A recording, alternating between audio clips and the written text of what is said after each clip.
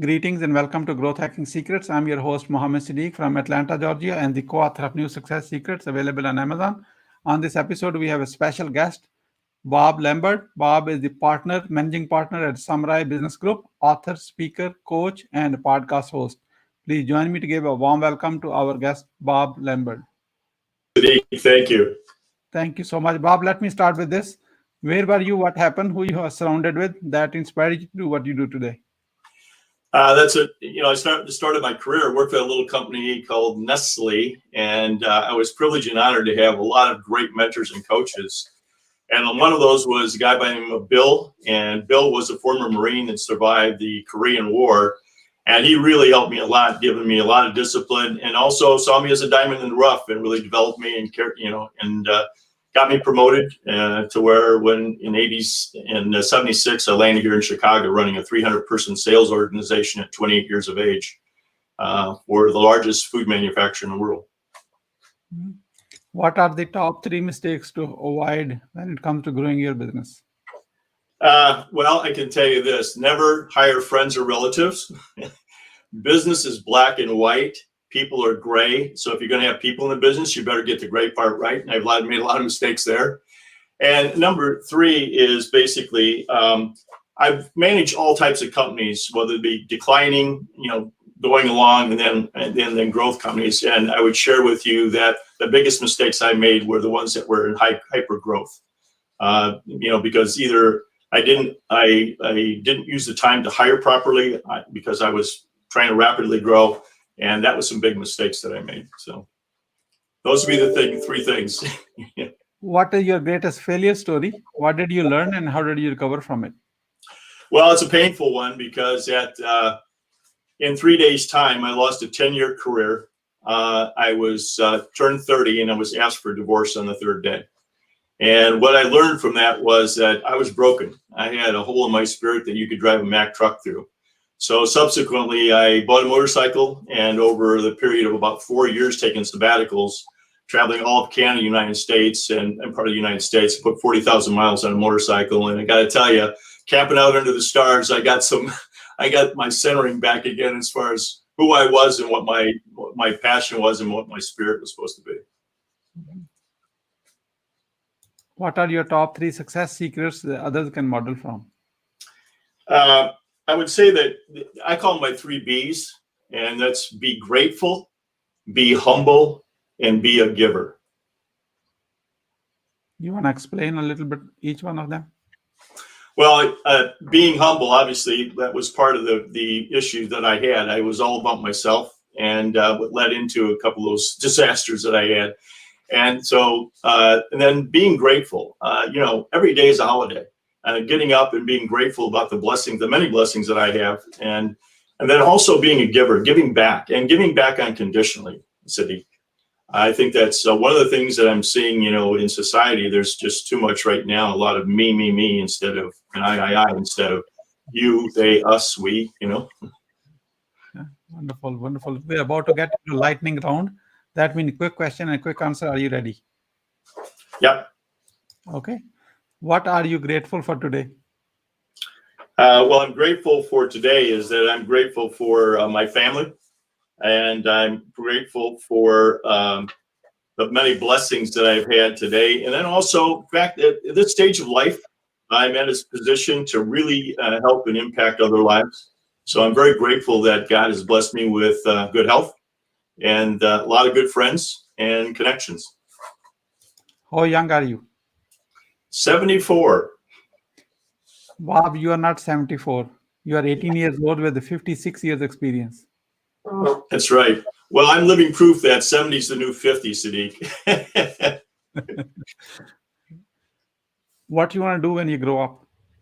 Well, that's a great question. As I reflected on those questions that you gave me, I really want to be able to transform from success to significance.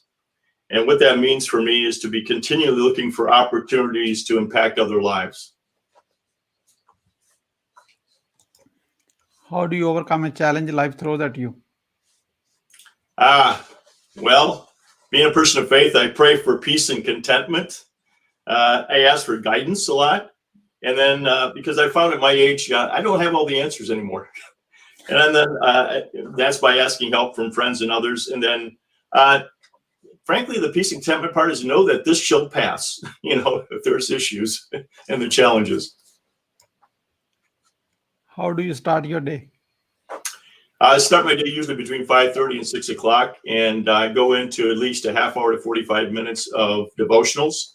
And then also 4 days a week, I take a 30-minute walk. The other 2 days, I go to what we call the exercise coach and help tone up my body and also get my mind squared on straight to begin my day. What is the advice you will give to younger yourself? Oh, boy. Younger self. Get a lot of good guidance from elders and listen to them because when you're all about yourself, you don't listen to other people, and there's a lot of wisdom there. I used to think my parents were the dumbest people on the planet until I came about 40 years of age, and all of a sudden I figured out how wise they were. Once you have a revenue generating idea, how do you convince your significant other? Well, I have to show her basically what the success formula is going to be and how long it's going to take and what the investment is going to be. So sit down in a practical sense and say, here's the dream, here's what I'm looking to do, and then being able to share with her as to what it is that it's going to take.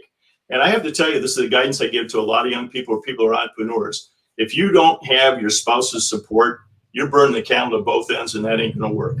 So you better have your spouse. And I get a lot of people come to me and asking me that since I founded 4 companies, and that's the only words of wisdom I can give them. A lot of them is and also the other thing is you better be full at it, be passionate and be perseverant at it. You can't do this half time. What's the impactful book you have read? What did you learn from it?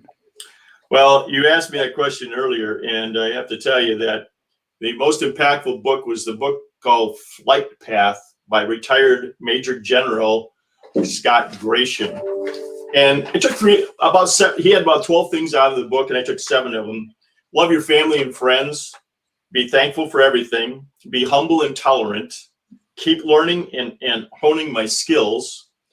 Practice principled behavior to keep your integrity, and then be a servant leader, and legacy will happen. Why being impactful is important to you? I think being impactful is important to me because I had a lot of people pouring into me, and although I was grateful for that, I didn't realize how much impact that had on me. And so I know that words that are spoken kindly, words that are spoken with truth and love, are ones that have the most impact on people. That you can't sugarcoat things sometimes. And what I found was the people that I admired the most and that helped me with all my leadership and gave me the best guidance were the people that didn't sugarcoat things. And so I've been blessed in one way that I can deliver bad news, but I can deliver gently. Who is your mentor and what's the impact? As I said before, one of my early mentors, I had a lot of early mentors, but I am a big proponent of the peer groups. So I've been in several of those. I continue to be in those, and I also become an ambassador for those peer groups. The impact it's had on me has been really remarkable because one of the things I found out that actually my business isn't mine. I'm a servant leader. It's really my God's. And the fact of the matter is that I have to be able to be a good steward of the business. So understanding stewardship of a business and also the lives that I impact, the people that I'm employing, my customers, my vendors, is really important, and it's helped me enormously. It changed me 180 degrees, Siddique. What do you want to be remembered for? Well, I really, as I've shared with people before, is I want to be known for my faith, my family, and my friends. Mm-hmm. Who is your ideal client? Ideal client would be a B2B client, B2B customer, privately held or closely held, in about the $20 to $100 million range.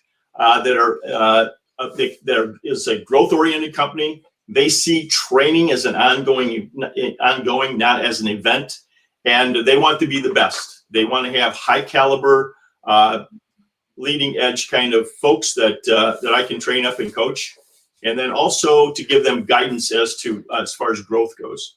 So those are the kind of clients that I'm attracted to. How can we support you?